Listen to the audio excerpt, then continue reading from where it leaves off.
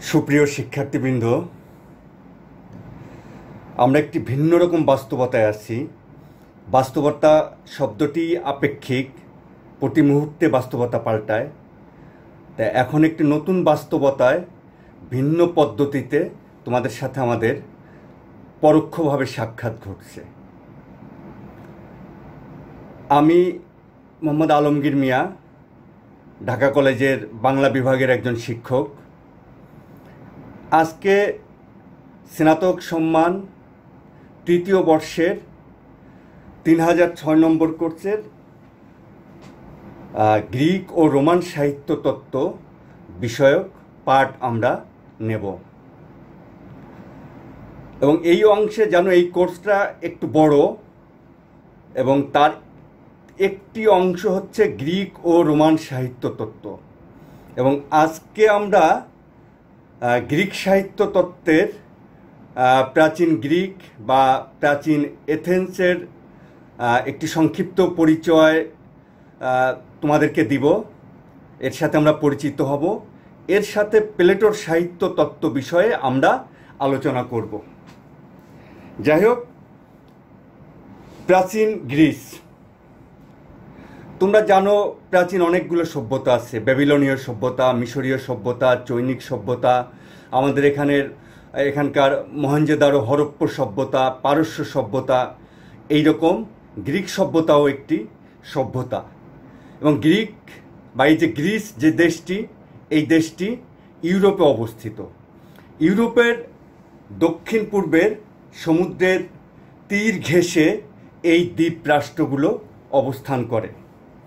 এবং তোমরা যদি পৃথিবীর মানচিত্রের দিকে তাকাও, দেখতে পাবে যে ভূমধ্য সাগর এবং ইজিয়ান সাগর, এই সাগরের যে নীল জলরাশি, সেই জলরাশির বেলাভূমি জুড়ে এই রাষ্ট্রগুলো গঠিত হয়েছে।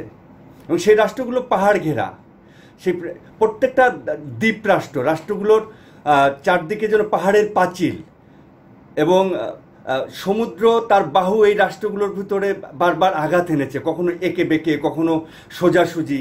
এই কারণে প্রত্যেকটা পাহাড় বেষ্টিত এক একটা অঞ্চল এক একটা রাষ্ট্রে পরিণত হয়েছে।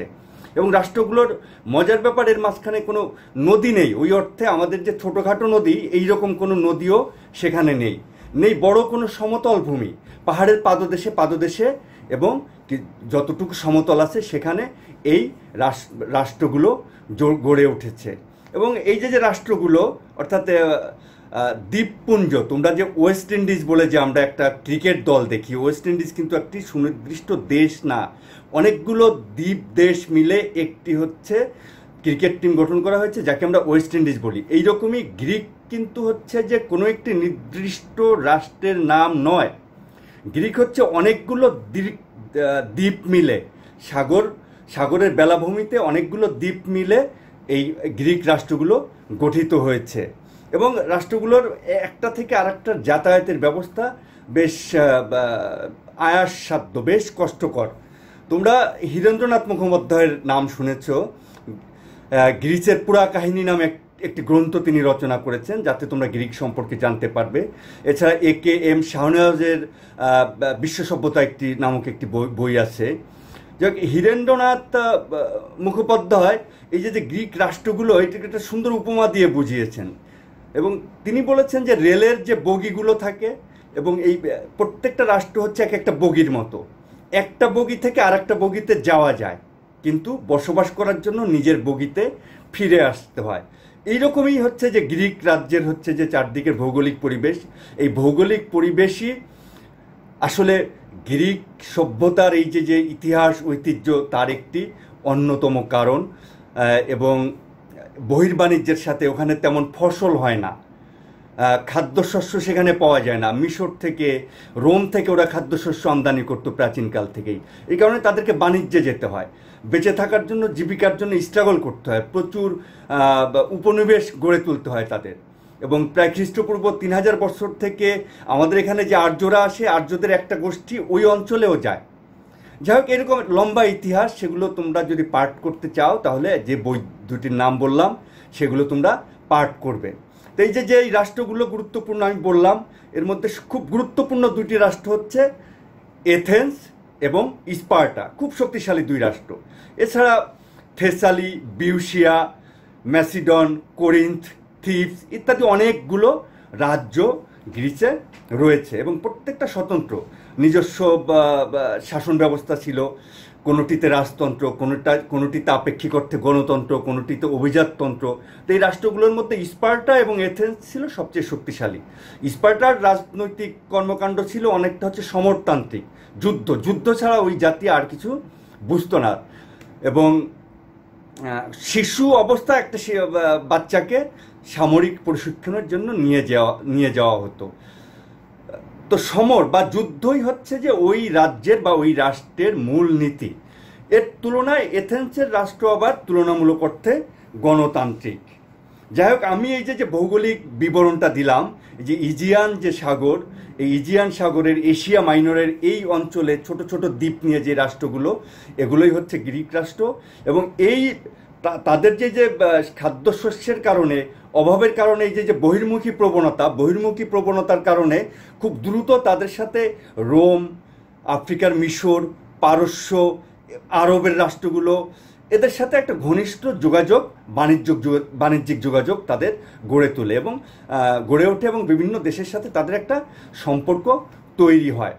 এবং তোমরা যে হেলেনিস্টিক যে সিভিলাইজেশনের কথা তোমরা জেনে থাকো, যে গ্রিসের যে প্রাচীন সভ্যতা, যেটি আমরা হোমারের ইলিয়ড এবং ওডিসির মাধ্যমে জেনে থাকি, এই সভ্যতা হচ্ছে খ্রিস্টীয় 1000 বছর আগেকার।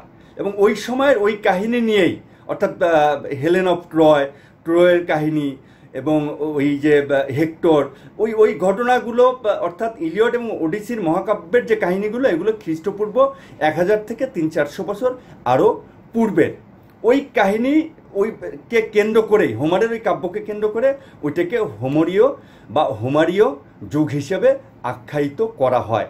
কিন্তু গ্রিক সভ্যতা বলতে আমরা যেটা বুঝি, গ্রিক সভ্যতা একটা সময় হচ্ছে সভ্যতার চূড়ায়, বিকাশের চূড়ায় অবস্থান করে। সেটি হচ্ছে খ্রিস্টের জন্মের প্রায় 500 বছর আগে এইরকম একটা অবস্থা। এবং এটি হোমারের যুগের পরবর্তীতে এই যে গ্রিক রাষ্ট্রগুলোর কথা বললাম, এই রাষ্ট্রগুলো খ্রিস্টপূর্ব 7ম, 8ম বা 6ষ্ঠ শতকের দিকে আলাদা এবং স্বাতন্ত্র্য নিয়ে তারা গড়ে ওঠে। এবং তাদের আবার নিজেদের মধ্যে একটা সম্পর্ক ছিল এবং নিজেদের মধ্যে হচ্ছে যে আন্তঃরাষ্ট্রর হচ্ছে ক্রীড়ার ব্যাপার, কিংবা বহিঃশত্রুর সাথে যখন তাদের যুদ্ধ শুরু হয়, তখন তারা সব রাষ্ট্রগুলো পরস্পরের সহযোগিতার ভিত্তিতে ওই বহিঃশত্রুকে তারা মোকাবিলা করে। এবং বিশেষ করে তাদের সাথে রোম সাম্রাজ্য এবং পারস্য সাম্রাজ্য, এদের সাথে মাঝে মধ্যেই দ্বন্দ্ব লেগে থাকতো, মাঝে মধ্যেই যুদ্ধ বিগ্রহের মধ্যে তাদের দিন যাপন করতে হতো। এইসব ক্ষেত্রে তারা একীভূত হয়ে চলাচল করত। যাই হোক, তো এই কারণে পারস্য, রোম, গ্রিস, আফ্রিকার মিশর, এই সভ্যতাগুলোর সাথে গ্রিক সভ্যতার একটি ভালো পরিচয় আগে থেকেই ছিল, বাণিজ্যের সূত্রে এটা হয়েছে। তো যাই হোক, এই যে দ্বীপ রাষ্ট্রগুলো যখন স্বতন্ত্র অবস্থায় চলাচল করছিল, এইরকম একটা অবস্থায় তোমরা ধরো খ্রিস্টপূর্ব 490 সালে পারস্যের সাথে প্রাচীন গ্রিসের একটা যুদ্ধ হয়। এবং এই যুদ্ধে এথেন্সই হচ্ছে নেতৃত্ব দেয়। স্পার্টাকে ওইভাবে পাশে পাওয়া যায় না। এথেন্স আরও কিছু রাজ্য নিয়ে এই যুদ্ধের নেতৃত্ব দেয় এবং ভয়াবহ সেই যুদ্ধে বিশাল সৈন্যবাহিনী, পারস্যের সম্রাট দারিউসের বিশাল সৈন্যবাহিনীর বিরুদ্ধে এথেন্স খুব অল্প সংখ্যক সৈন্য নিয়ে পারস্যকে পরাস্ত করে। এবং যুদ্ধটা হয় এথেন্স থেকে 26 মাইল দূরে ম্যারাথনে। এবং এই যুদ্ধে জয়ের সম্ভাবনা এথেন্সের জনগণ এইভাবে আশা করে নাই এত বড় বাহিনীর বিরুদ্ধে। কিন্তু তাদের এই যে আন্তনগর রাষ্ট্রের যে দেশপ্রেম, একটা হচ্ছে যে নিজের জাতির প্রতি একটা ভালোবাসা, এই জায়গা থেকে তারা মরিয়া হয়ে যুদ্ধ করে। এবং যুদ্ধের পরে এথেন্সের নগরে যারা অবস্থান করছিল তারা ধরেই নিয়েছে এই যুদ্ধে পরাজিত হবে। কিন্তু যেই ব্যক্তি এথেন্স থেকে এই যুদ্ধে যখন বিজয় লাভ করে, একজন ব্যক্তি ম্যারাথন থেকে সে দৌড়ানো শুরু করে এবং এই 26 মাইল অতিক্রম করে গ্রিসে এসে এথেন্সে এসে সে যুদ্ধের জয়ের খবরটা নগরে পৌঁছে দেয়। এবং ওই ঘটনা থেকেই হচ্ছে যে তোমরা এই যে রেস দৌড়ে প্রতিযোগিতায় যে ম্যারাথন রেসের যে ঘটনাটা তোমরা জানো, ওখান থেকেই আসে। এবং এর পরবর্তীতে পারস্যের সাথে আরও একটি যুদ্ধ হয় খ্রিস্টপূর্ব 480 সালের দিকে, এবং সেই যুদ্ধের মাধ্যমে মোটামুটি এথেন্স হচ্ছে গ্রিসের যে রাজ্যগুলো তার মধ্যে নেতৃত্বের জায়গায় চলে আসে। এবং এথেন্সের একটা ব্যাপার হচ্ছে, সেটি হচ্ছে যে অন্যান্য রাজ্যের তুলনায় এথেন্সের শিল্প সাহিত্যের জ্ঞান বিজ্ঞানের চর্চাটা তুলনামূলকভাবে বেশি হতো। এবং এই যে এথেন্স যে রাষ্ট্র বা যে রাজ্য, যেখানে যে ডেমোক্রেসির ভিত্তিতে বা অভিজাততন্ত্রের ভিত্তিতে যে গণতন্ত্রের প্রতিষ্ঠা হয়, যে রাষ্ট্র চলে, এই রাষ্ট্রের নামকরণ হয় এথেনা নামক একজন দেবীর নামকরণে। তিনি সঙ্গীতের দেবী, তিনি বাতাসের দেবী। এবং তোমরা জানো যে প্রাচীন গ্রিসের যে দেবদেবী, অর্থাৎ ইলিয়ড এবং ওডিসির মাধ্যমে দুটি মহাকাব্য হলেও গ্রিসের কোনো ধর্মগ্রন্থ না থাকায় এটিই তাদের পরবর্তীতে ধর্মগ্রন্থে রূপান্তরিত হয়।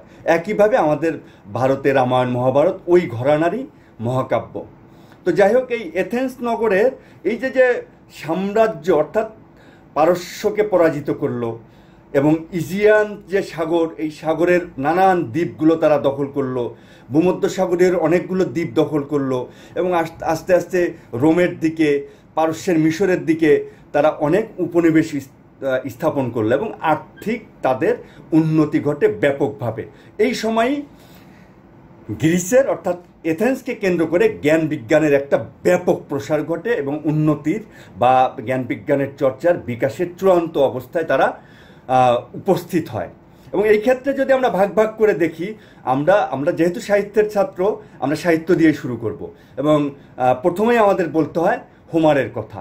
এবং হোমার দুটি বিখ্যাত মহাকাব্য রচনা করেন, এছাড়াও আরও দুটি আরও কাব্য তার রয়েছে। এবং হোমার হচ্ছে যে এই যে পারস্য বিজয়ী যে গ্রিক, সক্রেটিসের সময়ের যে গ্রিস, তার আরও 200 বছর বা তারও চেয়ে বেশি আগের কবি। তো তিনি এই যে দুটি বিখ্যাত মহাকাব্য রচনা করেন। নাটকে অভূতপূর্ব সাফল্য অর্জন করে। সফোক্লিসের নাম তোমরা জানো, তার ওয়াদিপাস, যেটাকে ইদিপাস হিসেবে তোমরা জানো, এন্টিগনে, ইলেকট্রা, এইসব নাটকের কথা তোমরা জানো। স্কাইলাস নামক বিখ্যাত নাট্যকারের কথা তোমরা জানো ইউরিপিডিসের কথা। এরা সবাই নাট্যকার। হোমার হচ্ছেন মহাকবি। আবার পিন্ডার নামে গীতিকবিতা লিখতেন তিনি। হেসিয়ড নামে একজন বিখ্যাত কবি ছিলেন। তো এইরকম গ্রিক সাহিত্যে নানান ধরনের নানান ঘরানার সাহিত্য চর্চার একটা ব্যাপক উন্নতি ঘটতে থাকে। তখন আমরা দর্শনের কথা বলতে পারি। দর্শনে হচ্ছে যে মানে প্রাচীন গ্রিসই হচ্ছে দর্শনের ক্ষেত্রে সারা পৃথিবীর অগ্রপথিক। এবং তোমরা থালেসের নাম শুনে থাকতে পারবে, যিনি হচ্ছে সক্রেটিসদের আরও আগের। থালেস খুব গুরুত্বপূর্ণ দার্শনিক গ্রিসের, এবং থালেস নামক একজন দার্শনিক গ্রিসে এসেছিলেন। তারই অনুসারী হিসেবে পরবর্তীতে বা তারই প্রভাবে পরবর্তীতে আমরা সক্রেটিস, প্লেটো বা অ্যারিস্টটল কিংবা হেরাক্লিটাস এরকম বিখ্যাত দার্শনিকদের আমরা পেয়ে থাকি। এবং তারা শুধু দার্শনিক না, তারা জ্ঞানের বিভিন্ন ক্ষেত্রে তারা অবদান রেখেছেন। এবং তোমরা জানো সক্রেটিস, প্লেটো পরস্পর গুরু শিষ্য। আবার প্লেটো এবং অ্যারিস্টটল তারাও পরস্পর গুরু শিষ্য। অর্থাৎ সক্রেটিস হয়ে প্লেটো পর্যন্ত একটা ধারাবাহিকতা আমরা লক্ষ্য করি, যে এই যে গুরুবাদী শিক্ষার যে ব্যাপারটি। তো সেই দর্শনের যে ব্যাপক বিস্তার তোমরা জানো। সক্রেটিস ওই অর্থে কোনো বইপত্র লিখে যাননি, তার সম্পর্কে আমরা জানি প্লেটোর মাধ্যমে। এবং প্লেটো অনেকগুলো বই লিখেছেন। রিপাবলিক তার হচ্ছে যে বিখ্যাত গ্রন্থ। একটি রাষ্ট্র কীরকম হবে এইরকম একটা পরিকল্পনা তিনি করেছেন। যাই হোক, এরকম আমরা যেমন সাহিত্য দর্শনের কথা বললাম, তোমরা হচ্ছে যে শিল্পের আরও যে সেক্টর আছে, ভাস্কর্যের কথা বলতে পারো। গ্রিক ভাস্কর্য এখনও পর্যন্ত পৃথিবীর বিস্ময়। তোমরা যে এথেনার যে দেবী এথেনার যে স্বর্ণমূর্তি, ফিডিয়াস নামক যে ভাস্কর এই স্বর্ণমূর্তি তৈরি করেন গ্রিসে, সেটা এখনও পর্যন্ত আমাদেরকে বিস্মিত হতে হয়। ডিস্কোবোলাস নামে একটা ভাস্কর্য আছে গ্রিসে, এটা প্রাচীন ভাস্কর মাইরন এটি তৈরি করেন। ডিসকোবোলাস হচ্ছে যে তোমরা যে শিক্ষা প্রতিষ্ঠানে বার্ষিক ক্রীড়া প্রতিযোগিতার সময় যে চাকতি নিক্ষেপ করো, হ্যাঁ, যে চাকতি নিক্ষেপ করো, ওই চাকতি নিক্ষেপের যে একটি গতি, একটি মশন, একটা মানব শরীর চাকতি নিক্ষেপ করছে, এই যে যে তার শরীরের, তার মাংসপেশির যে নৈপুণ্য, যে সৌন্দর্য তৈরি হয়েছে, এটা নিয়ে যে ভাস্কর্য তৈরি হয়েছেন, খুবই বিখ্যাত। এবং ওই সময়ে কবি হোমার সহ গ্রিসের যে বিভিন্ন দেবতা, অ্যাপোলো, জিউস, আফ্রোদিতি, এথেনা, অনেক দেব দেবীর মূর্তি সারা গ্রিসে পাওয়া যায়, সবই খ্রিস্টপূর্ব এই 300, 400, 500 বছর আগের। তো একটা ব্যাপক উন্নয়ন ঘটেছিল শিল্পের। জিউকিক্স নামে একজন চিত্রশিল্পীর কথা আমরা জানতে পারি, তিনি দুর্দান্ত ছবি আঁকতেন।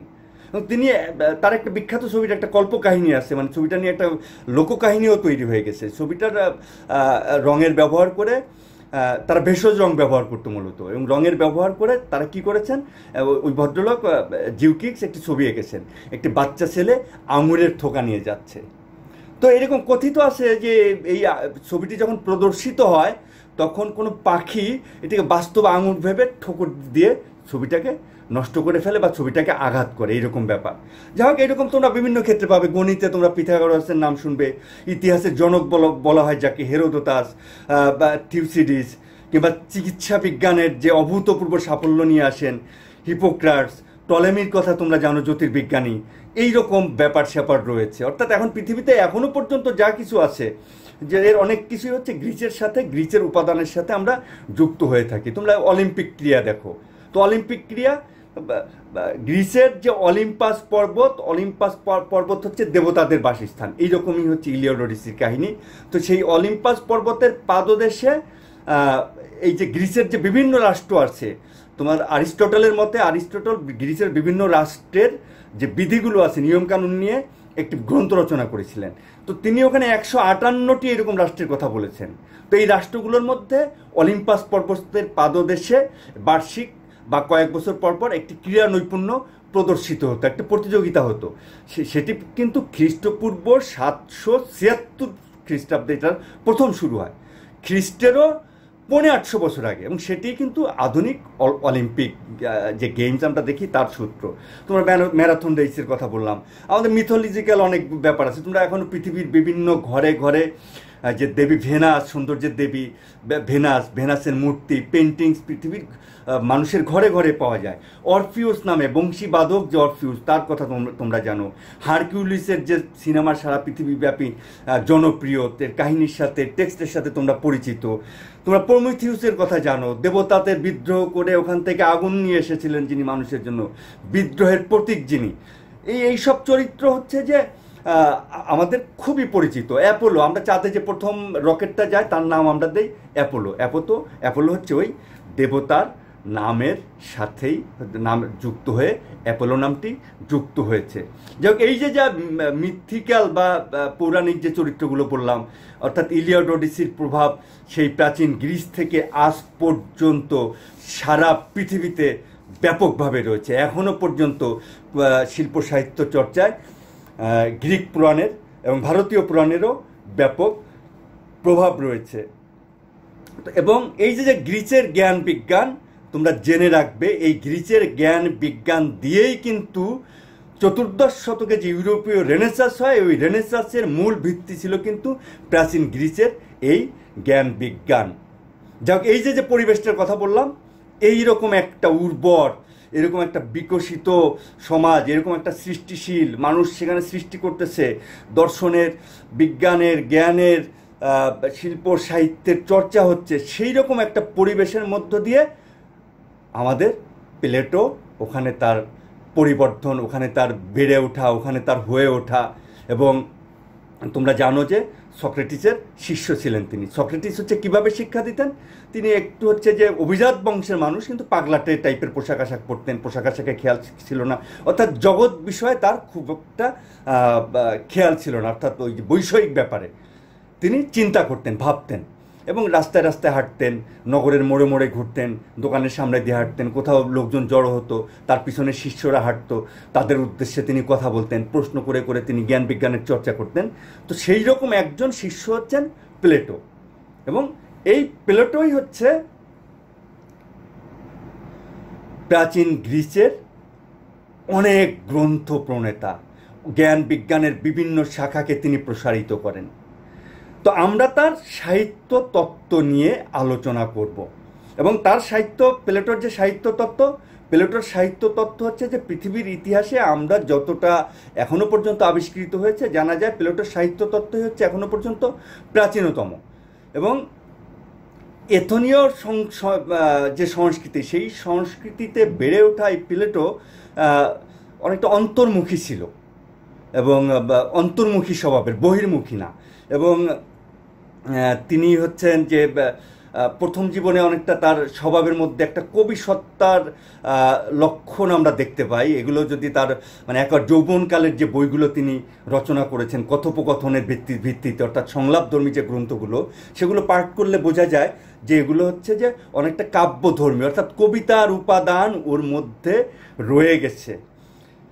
কিন্তু আমরা পরবর্তীকালে দেখি যখন প্লেটো প্রাজ্ঞ হয়ে ওঠেন, প্লেটো যখন গুরু হয়ে ওঠেন, প্লেটো যখন শিক্ষা প্রতিষ্ঠান তৈরি করেন, যেই প্লেটো শিক্ষা প্রতিষ্ঠানে অ্যারিস্টটলের মতো শিক্ষার্থীও তার ছাত্র হিসেবে যুক্ত হয়, সেই প্লেটো কিন্তু কবিদের আর পছন্দ করেন না, কবিদের তিনি আর দেখতে পারেন না। তিনি মনে করেন কবিরা হচ্ছে রাষ্ট্রের জন্য অকল্যাণকর। আর কবি বলতে আরেকটা জিনিস তোমরা ধরে রাখবা, কবি বলতে হচ্ছে আধুনিক অর্থে আমরা যেমন হচ্ছে যে কবি বলে থাকি, সেই অর্থে কিন্তু প্রাচীন গ্রিক সাহিত্যের তত্ত্বে আমি কবি শব্দ ব্যবহার করছি না।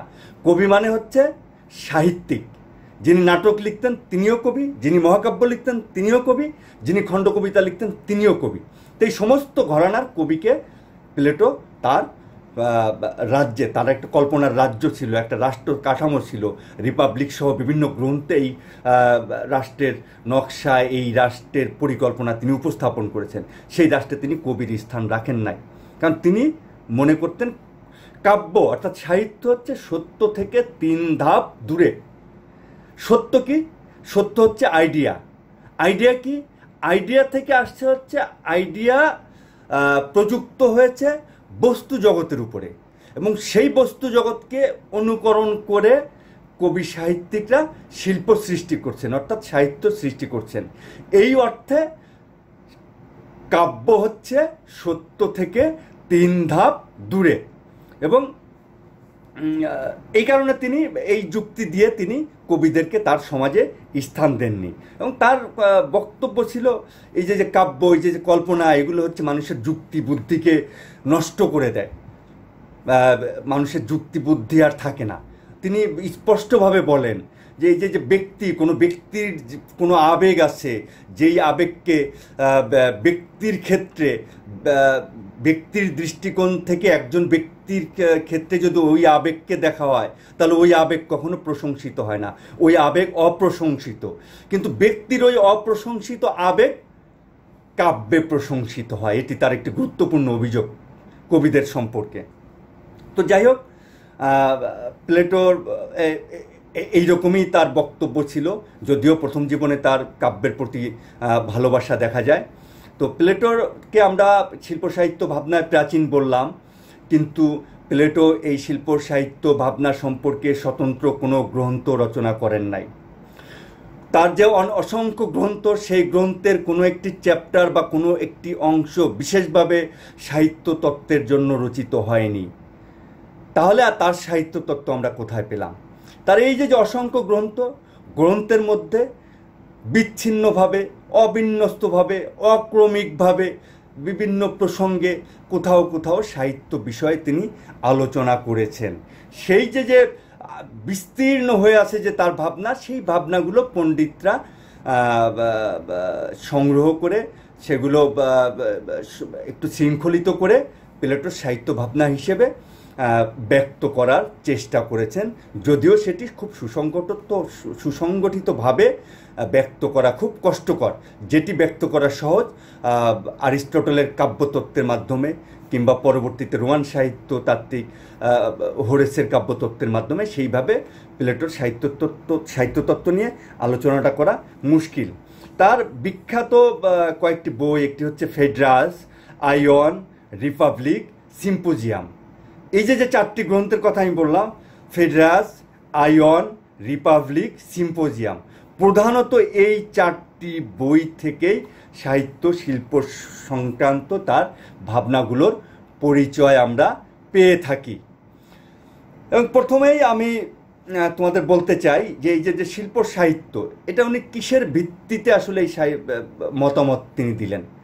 তখনও পর্যন্ত আমি তোমাদের যে এই যে এথেন্স সম্পর্কে বলতে গিয়ে যেই সব কবিদের কথা বললাম, সফোক্লিসের কথা বললাম, ইস্কিলাসের কথা বললাম, হোমারের কথা বললাম, কবি পিন্ডারের কথা বললাম, হেসিওডের কথা বললাম, তো প্লেটোর যখন জন্মগ্রহণ করেছেন ততদিনে এইসব সাহিত্য রচিত হয়ে গেছে। রচিত হয়ে যাওয়ার কারণে এই সবই হচ্ছে তার সামনে উপাদান হিসেবে বা উপকরণ হিসেবে উপস্থিত ছিল। এরই ভিত্তিতে তিনি সাহিত্যকে বিবেচনা করেছেন, তার সাহিত্য ভাবনার প্রকাশ ঘটিয়েছেন। এবং এই সাহিত্য ভাবনার প্রকাশ ঘটাতে গিয়ে তিনি প্রধানত তার ভাবনাগুলোকে আমরা দুটি দিকে বা দুটি ভাগে ভাগ করতে পারি। একটি হচ্ছে শিল্প সাহিত্যের অধিবিদ্যক সংজ্ঞার্থ, অর্থাৎ যে কাব্য, যে কবিতা, এটা কিভাবে সৃষ্টি হয়, এটা সৃষ্টির প্রেরণা কী, এটা সৃষ্টিটা কীরকম হবে, এর ভাষা কেমন হবে, এর ভাব কেমন হবে, এর শৈলী কেমন হবে, এই সংক্রান্ত যে আলোচনা, এইটাকে আমরা একটা ভাগে ভাগ করতে পারি। আরেকটি বিষয় আমরা ভাগ করতে পারি যে রাষ্ট্রীয় এবং সামাজিক জীবনে কবিতা বা সাহিত্যের কি উপযোগিতা রয়েছে বা এর প্রয়োজন আছে কি নাই, বা এই সংক্রান্ত অন্যান্য ব্যাপার বা সাহিত্য সমালোচনা, এটাকে আলাদা একটি ভাগে আমরা আলোচনা করতে পারি। যাই হোক, তার প্রধান আলোচনা হচ্ছে যে আমরা যেটাকে অধিবিদ্যক সংজ্ঞার্থ বললাম। তো এগুলো তোমরা একটু শৃঙ্খলিত করে নিবে। শিল্প বা সাহিত্য সৃষ্টির একটি তত্ত্ব দিয়েছেন তিনি, সেই তত্ত্বের তিনি নাম দিয়েছেন মাইমাসিস। এবং এই শব্দটিকেই আমরা পরবর্তীকালে তারই শিষ্য অ্যারিস্টটল এই শব্দটিকে ইমিটেশন হিসেবে ব্যবহার করেছেন। এবং এটাকে আমরা বাংলায় শব্দটা ব্যবহার করি অনুকরণ। অর্থাৎ প্লেটোর মতে সাহিত্য বা কাব্য হচ্ছে এক ধরনের অনুকরণ। এবং এই যে অনুকরণ বা মাইমাসিস, এইটাকে তিনি বললেন শিল্পকর্মের মূল তত্ত্ব। একেবারে মৌলিক জায়গা হচ্ছে এটি, যে অনুকরণ। একটা জিনিসকে আমি সৃষ্টি করব, একটা বস্তুকে আমি উপস্থাপন করব, এটাই হচ্ছে অনুকরণ। এবং উনি বলে দিলেন সমস্ত শিল্পের। এবং তখনকার এথেন্সে মিউজিকও খুব দুর্দান্তভাবে বিকশিত হয়েছিল। তো এই যে চিত্র, অর্থাৎ পেন্টিং, ভাস্কর্য, নাটক, মহাকাব্য, অর্থাৎ সমস্ত মিউজিক সহ সমস্ত শিল্পের মূল উৎস হচ্ছে অনুকরণ। এবং এই অনুকরণ কি, আমরা যেমন একটু আগে বললাম বস্তু জগতের থেকে আমরা কাব্যে উপস্থাপন করি, সাহিত্যে উপস্থাপন করি। প্লেটো বলে দিলেন এই অনুকরণ যেমন হচ্ছে যে প্রত্যক্ষ কোনো বস্তুর অনুকরণ হতে পারে, একইভাবে পরোক্ষ ব্যাপার হতে পারে। পরোক্ষ কি, কল্পনায়ও কোনো কিছু অনুকরণ কবি করতে পারেন, কবির এই সামর্থ্য রয়েছে। যেমন দেবতা জিউসের প্রাসাদের যে বর্ণনা হোমার দিয়েছেন, কিংবা অ্যাফ্রোদিতি, তোমরা জানো যে প্রণয়ের দেবী, প্রেমের দেবী যে অ্যাফ্রোদিতির যে সৌন্দর্য, সেই সৌন্দর্যের যে বিবরণ দিয়েছেন, এগুলো তো বাস্তবে নেই। তাহলে এগুলো কোথা থেকে দিয়েছেন? কবি কল্পনা থেকে দিয়েছেন। তাহলে এই জায়গাটাই প্লেটো বলেছেন, তার মানে এটি শুধু বাস্তবের প্রত্যক্ষ জগৎ না, এর ভিতরে একটা সৃষ্টিশীলতা রয়েছে। এই কারণে এই যে অনুকরণ, এই অনুকরণকে তিনি বললেন সৃষ্টিশীল কল্পনাত্মক অনুকরণ। সাহিত্যকে তিনি বলেন সৃষ্টিশীল কল্পনাত্মক অনুকরণ। সেই অনুকরণ কোন কোন ক্ষেত্রে হতে পারে?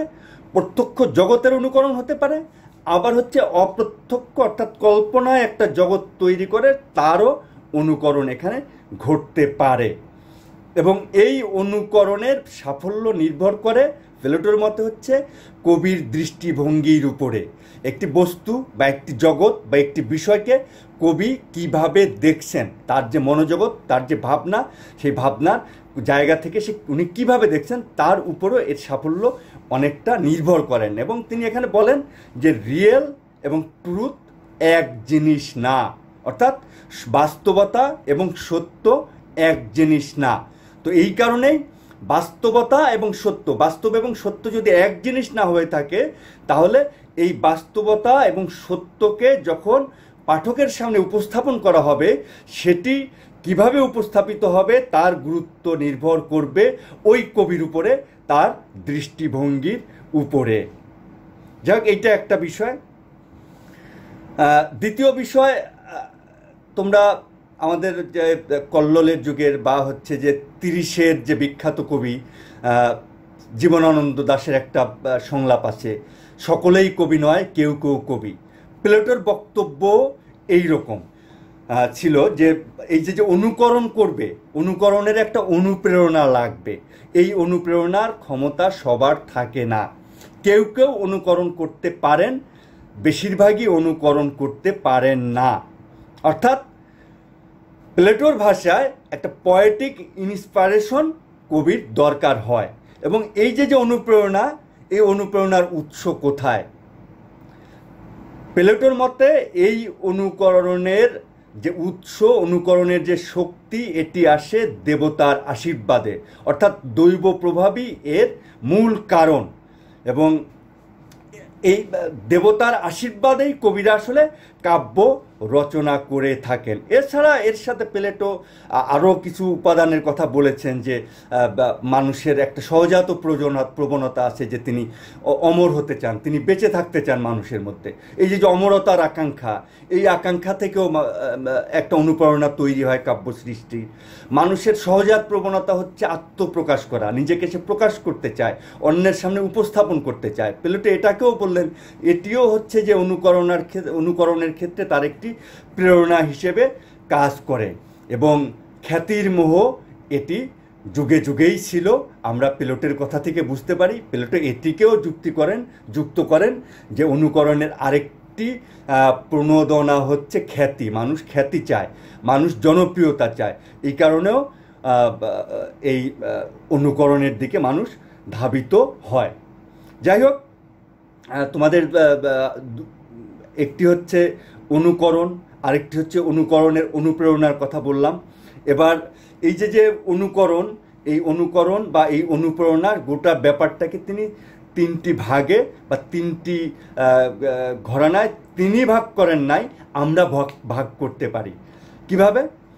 এক হচ্ছে, প্রথম হচ্ছে উপকরণ নির্বাচন এবং সেই উপকরণকে সুসংগঠিত করা। অর্থাৎ আমি যেই বিষয়টা কাব্যে রূপায়িত করব, সাহিত্যে উপস্থাপন করব, সেটা আমাকে প্রথম নির্বাচন করতে হবে, আমি কোন বিষয় নিয়ে সাহিত্য রচনা করব। এবং যেই বিষয়টা আমি নির্ধারণ করলাম, তার কোন কোন অংশ আমি গ্রহণ করব, এইরকম একটা ব্যাপার থাকতে হবে। তাহলে প্রথম দিকটা হচ্ছে উপকরণ নির্বাচন এবং সেই উপকরণকে সুসংগঠিত করা। দ্বিতীয় ব্যাপার হচ্ছে, যিনি অনুকরণ করবেন অর্থাৎ কাব্য সৃষ্টি করবেন, তার শিল্প রীতি এবং শিল্প নীতি সম্পর্কে সম্যক ধারণা থাকতে হবে। অর্থাৎ একটা স্টাইল এবং এথিক্স, এই যে আর্টের স্টাইল এবং এথিক্স, এই দুইটি সম্পর্কে যদি একজন শিল্পীর বা একজন কবির বা একজন সাহিত্যিকের সুস্পষ্ট ধারণা না থাকে, তাহলে তিনি ভালো কাব্য বা কাব্য সৃষ্টি করতে পারবেন না। তৃতীয় বিষয় হচ্ছে যে এই যে উপকরণ নির্বাচন, তাকে সুসংগঠিত করা, শিল্প রীতি এবং শিল্প নীতি অনুসরণ করে তাকে বুনন করা, তৈরি করতে গিয়ে কয়েকটি বিষয়ের উপরে তার খেয়াল রাখতে হবে। কী কী বিষয় কবি খেয়াল রাখবেন? একটি হচ্ছে তাকে সংযমী হতে হবে, তাকে যেন সংযমী হয়, যেন তিনি যেন সমস্ত কিছু অপ্রয়োজনীয় জিনিস দিয়ে তার শিল্পকে ভারী করে না ফেলেন, অযোগ্য যেন করে না ফেলেন। শিল্পীকে একটা নিয়ম মেনে চলতে হবে, একটা নিয়মের ভিত্তি দিয়ে, তার যে স্টাইল, তার যে রীতি, এটা একটা শৃঙ্খলিত নিয়মের ভিতর দিয়ে তাকে অগ্রসর হতে হবে। এবং এর সাথে যেটি থাকতে হবে সেটি হচ্ছে অনুশীলন, অর্থাৎ প্র্যাকটিস। হ্যাঁ, মানে অনুশীলনের উপর খুবই গুরুত্ব দিয়েছেন প্লেটো। তো এইরকম যে তিনটি ভাগে তিনি ভাগ করলেন, তো এরপরে প্রাসঙ্গিকভাবে তার অন্যান্য আলোচনার বিষয়গুলো আমরা বলবো। এই তিনটি ভাগকে আমি আরেকবার বলে দিচ্ছি তোমাদের। মাইমাসিস বা অনুকরণকে তিনি তিনটে ভাগে আমরা ভাগ করতে পারি। তিনি শব্দ চলে আসছেন, কিন্তু তিনি এইভাবে ভাগ করেন নাই। বিভিন্ন জায়গায় তিনি এই কথাগুলো বলেছেন, সেগুলো এনে আমরা তিনটে ভাগে বিভক্ত করতে পারি। একটি হচ্ছে উপকরণ নির্বাচন ও সুসংগঠিত করা, একটি হচ্ছে শিল্পরীতি ও শিল্পনীতি সম্পর্কে কবির সম্যক ধারণা থাকবে, আর একটা হচ্ছে কবিকে সংযমী, নিয়মের অনুসারী এবং অনুশীলন করতে হবে। তো যাই হোক, সাহিত্য সম্পর্কে এরপরে প্লেটো যেটি বলেন সেটি হচ্ছে সাহিত্যের মধ্যে অর্থাৎ কাব্যের মধ্যে একটা সমগ্রতা থাকতে হবে। মানে একটা কাব্য, হোমার যে কাব্য রচনা করলেন, বা সফোক্লিস যে অ্যান্টিগনি যে কাব্য রচনা করলেন, কিংবা হচ্ছে যে ইদিপাস নামক যে নাটক রচনা করলেন, এই নাটকের সমগ্রতা থাকতে হবে। কোনো একটা বিষয় বিচ্ছিন্ন হলে চলবে না, অবিচ্ছিন্ন হতে হবে সম্পূর্ণ। এবং তিনি এখানে বায়োকেমিক্যাল শব্দ ব্যবহার করেছেন। বায়োকেমিক্যাল কি?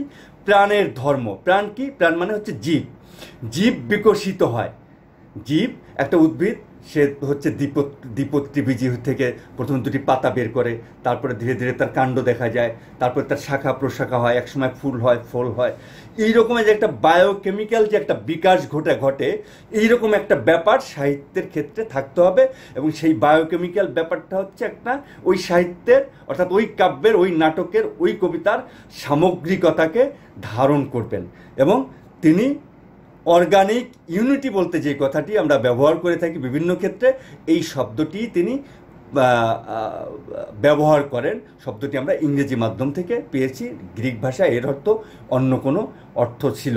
বাংলায় আমরা যেটা বলি জৈবিক ঐক্য, অর্থাৎ আমার পায়ের নখ থেকে মাথার চুল পর্যন্ত এই যে আমার হিউম্যান বডি, এর একটা জৈবিক ঐক্য আছে, তার মধ্য দিয়ে আমি অ্যাক্টিভ থাকি। আমার কোনো শরীরের কোনো অংশই অপ্রয়োজনীয় নয় এইরকম, এবং প্রত্যেকটার সাথে প্রত্যেকটা সংযুক্ত, এরকম একটা জৈবিক ঐক্য থাকতে হবে। তো যাই হোক, এরপরে তিনি সাহিত্যের শ্রেণী বিভাগ করেন। শ্রেণী বিভাগের কথা তোমাদের আগেই আমি বলেছি যে কি কি আমরা পেয়েছি। এথেনীয় সংস্কৃতির যে সাহিত্য, সেখানে আমরা যে যে উপাদানগুলো পেয়েছি, অর্থাৎ প্লেটো যা যা পেয়েছেন তার ভিত্তিতে সাহিত্যকে তিনি তিনটি শ্রেণীতে বিভক্ত করেছেন। একটি হচ্ছে গীতি কবিতা, তা তোমরা খণ্ড কবিতা বলতে পারো এটাকে। এবং এটি একটি বিশেষ ছন্দে রচিত হতো, দ্বিথুরাম ছন্দে রচিত হতো। এই কারণে এই কবিতার আবার আর একটা নামও বলা হয় যে দ্বিথুরাম্বিক কবিতা। ছন্দের কারণে এই কবিতার বলা হয়, আমরা যেমন পয়ার কবিতা বলে থাকি সেই অর্থে। এবং এই ঘরানার সেরা কবি হচ্ছেন পিন্ডার। তোমরা মহাকাব্যের কথা জানো, তিনি মহাকাব্যকে একটি ভাগে ফেলেছেন যে, এবং মহাকাব্যের কথা তিনি বলেছেন যে এটার উপস্থাপনা হবে বর্ণনা ভঙ্গিতে, বর্ণনার মধ্য দিয়ে এটি উপস্থাপিত হবে এবং বিশাল হবে এর প্রেক্ষাপট। এবং এর ব্যাখ্যা তিনি দিয়েছেন যে এই কাব্য হচ্ছে যে একটা সমাজের বিশাল প্রেক্ষাপট, তার মধ্যে থাকবে বর্ণনা, থাকবে তার মধ্যে বীরত্ববাঞ্জক ব্যাপার থাকবে, এরকম অনেক ব্যাপার তার মধ্যে থাকবে। এবং তোমরা নিঃসন্দেহ এতক্ষণে জেনে গেছো যে হোমারই এই ঘরানার সেরা কবি। এবং তৃতীয় ঘরানার সাহিত্য শ্রেণীবিভাগ তিনি করেন, যেটিকে তিনি বলেন নাটক। আমরা আধুনিক ভাষায় নাটক বলছি। এবং এর বৈশিষ্ট্য তিনি দেন যে এর মঞ্চ থাকতে হবে, এর মিউজিক থাকতে হবে, এর মধ্যে সংলাপ থাকতে হবে, কথোপকথন থাকতে হবে, কুশীলব থাকতে হবে, অর্থাৎ অভিনেতা অভিনেত্রী থাকতে হবে, এখানে আলো থাকবে, উৎকণ্ঠা থাকবে। এবং এই ঘরানার নাট্যকার হচ্ছেন সোফোক্লিস, ইস্কিলাস প্রমুখ নাট্যকার, বিখ্যাত নাট্যকার রয়েছেন। তো সাহিত্যকে তিনি এই তিনটি ভাগে ভাগ করেছেন, এগুলোই তার প্রধান আলোচনা।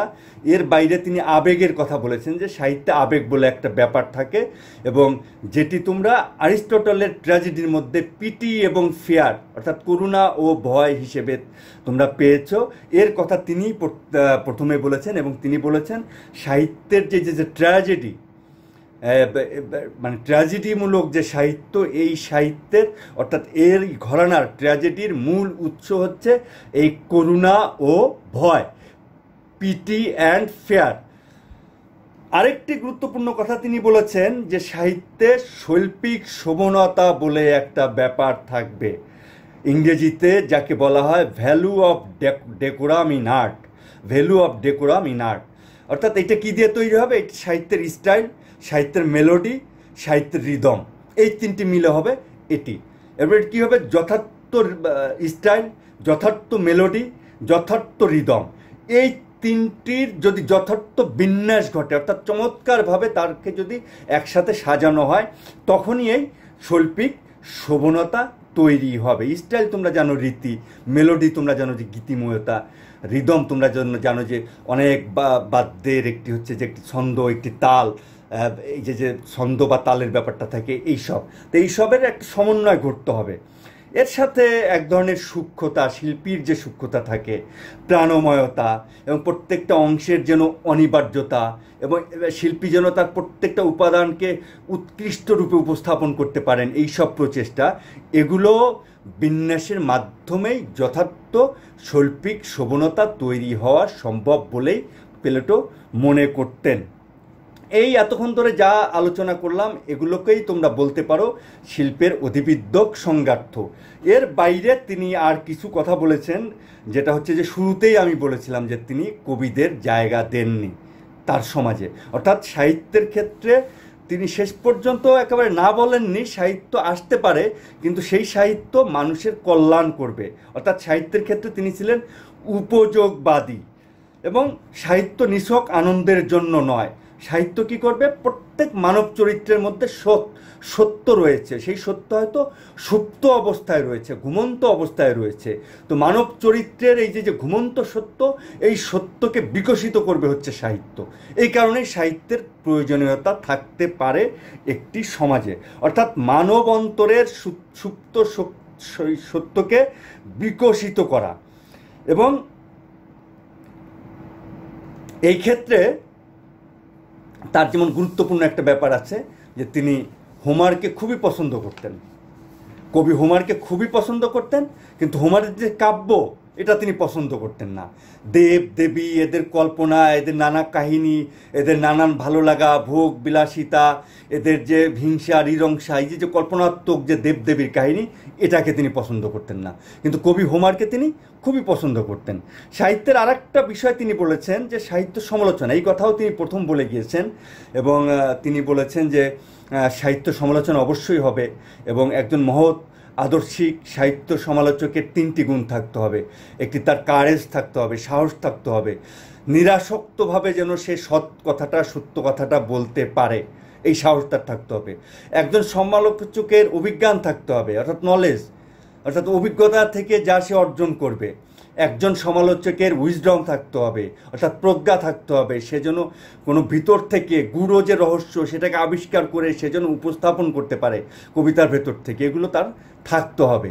এবং একজন সমালোচক অবশ্যই ব্যক্তিত্ববান হবেন, তার ব্যক্তিত্বের সাথে যেন এই সাহস, অভিজ্ঞান, প্রজ্ঞা, কারেজ, নলেজ, উইজডম এগুলো যুক্ত হয়ে প্রকৃত সমালোচনা তৈরি হতে পারে। এবং তিনি খুবই গুরুত্বপূর্ণ একটি কথা বলেছেন যে সমালোচক কখনো জনরুচি দ্বারা প্রভাবিত হবেন না, বরং সমালোচকের যে ব্যক্তিত্ব, যে অভিজ্ঞান, যে প্রজ্ঞা, যেই সাহস, এগুলোর মাধ্যমে তিনি যা বলবেন, যেই অভিরুচি তৈরি করবেন, এই অভিরুচি দ্বারা জনতা পরিচালিত হবে।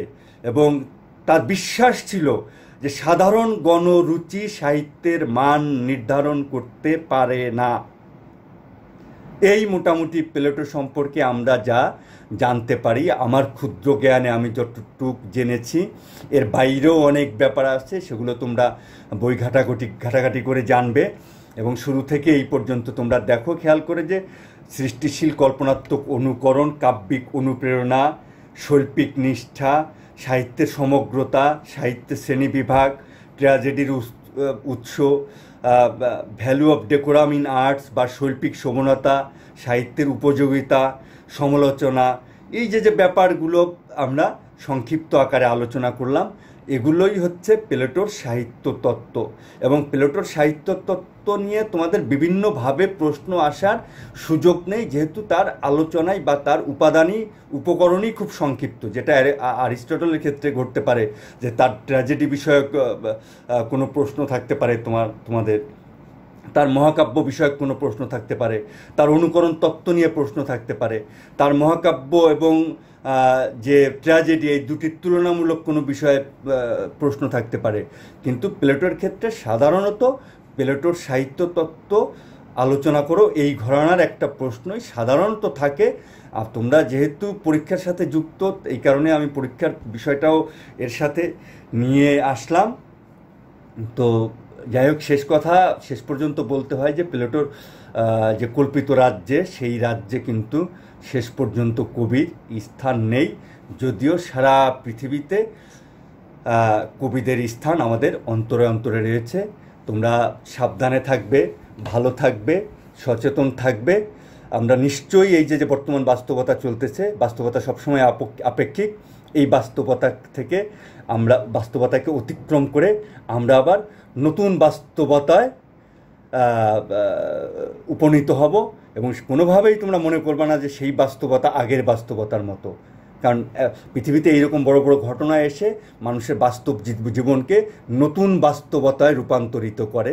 প্রথম মহাযুদ্ধ, দ্বিতীয় মহাযুদ্ধ বা বিভিন্ন মহামারীতে আমরা এইরকম অভিজ্ঞতার সম্মুখীন হয়েছি। তো আমরা নিশ্চয়ই খুব দ্রুত নতুন সুন্দর বাস্তবতায় উপস্থিত হব। সবাই ভালো থেকো, সবাই পরস্পরের প্রতি সহযোগিতার হাত বাড়িয়ে দিও। আজকের মতো এখানেই শেষ করছি।